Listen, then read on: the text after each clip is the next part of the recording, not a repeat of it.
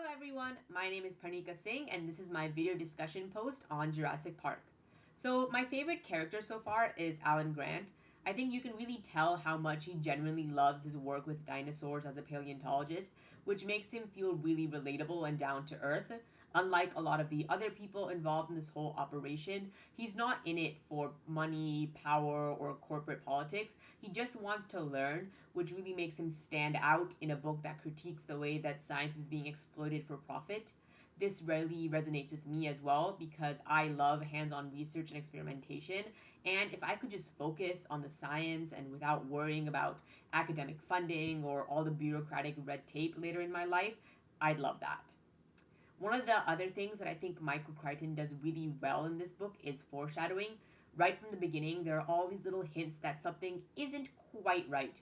First, we get these vague but eerie moments, like the injured worker whispering raptor before he dies, and the strange lizard attacks happening in Costa Rica.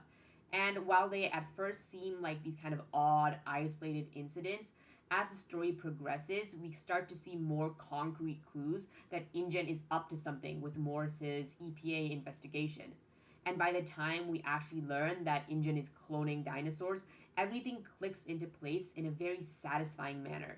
Crichton's pacing also makes the mystery unfold in a way that feels very natural but also still dramatic, which I think really helps keep the reader on edge and hooked into the story.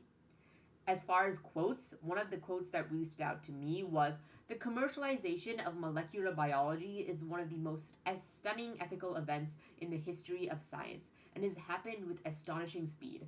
This really reminded me about how many scientific breakthroughs today, like AI or contemporary genetic engineering, are being driven by profit rather than ethical consideration. The book really highlights how dangerous this mindset can be with how companies like Biosyn and their rabies vaccine are racing ahead with no oversight just because they can and just because it'll make them money. It really makes me think about how, even in real life, corporations are prioritizing patents and profits over the long term consequences of their technology. Another quote that really stuck with me was the essence of a successful hope was that it presented scientists with what they expected to see. This this one really made me think about how easy it is to manipulate data or mislead people when they're already biased toward a particular conclusion. It reminded me of real world issues like misinformation in science, where people twist evidence to fit their beliefs rather than objectively presenting the facts. In the book, this line shows how dangerous it is when companies like InGen operate in complete secrecy. The scientists consulting with them, like Grant, might not even realize what they're being a part of. Lastly, I found the scene where the San Jose lab discovers genetic markers in the lizard saliva lizard really interesting. They detect an enzyme that indicates genetic engineering, but because this enzyme was a marker for genetic engineering and not found in wild animals, technicians assumed it was a lab contaminant and did not report it. This quote really reveals how small oversights can have huge consequences, especially in science. If the lab had been more exacting and reported their findings in totality, someone might have realized what was happening with InGen much earlier. It reminded me about how I sometimes ignore the small perturbations in my science experiments at school and how that could be really dangerous in a proper research setting. As far as the scenes that really helped me picture the story, one of the most vivid was when Dr. Bobby Carter treats the injured worker who was supposedly hurt in a construction accident. The way Crichton describes his injuries, the deep tearing laceration and shredded flesh, immediately made me feel deeply unsettled.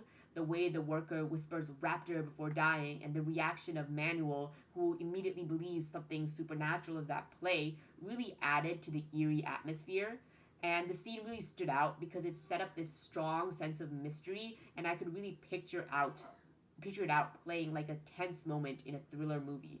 Another scene that really stuck with me was when Louis Dodgson meets with the corporate spy to discuss smuggling the dinosaur embryos out of InGen.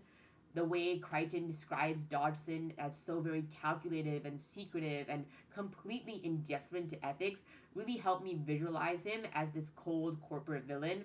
The details about how the embryos needed to be stored in a shaving cream can and how the spy is being paid off with thousands of dollars in a very James Bond style briefcase made the whole interaction feel like something out of a contemporary spy movie and helped me see how Jurassic Park isn't a story just about dinosaurs. It's also about greed and corporate secrecy, which makes the whole story feel much more compelling and realistic. So far, Jurassic Park has definitely done an amazing job of mixing real science with mystery and suspense, and I'm really excited to see where the story goes from here. Thank you for listening. Bye.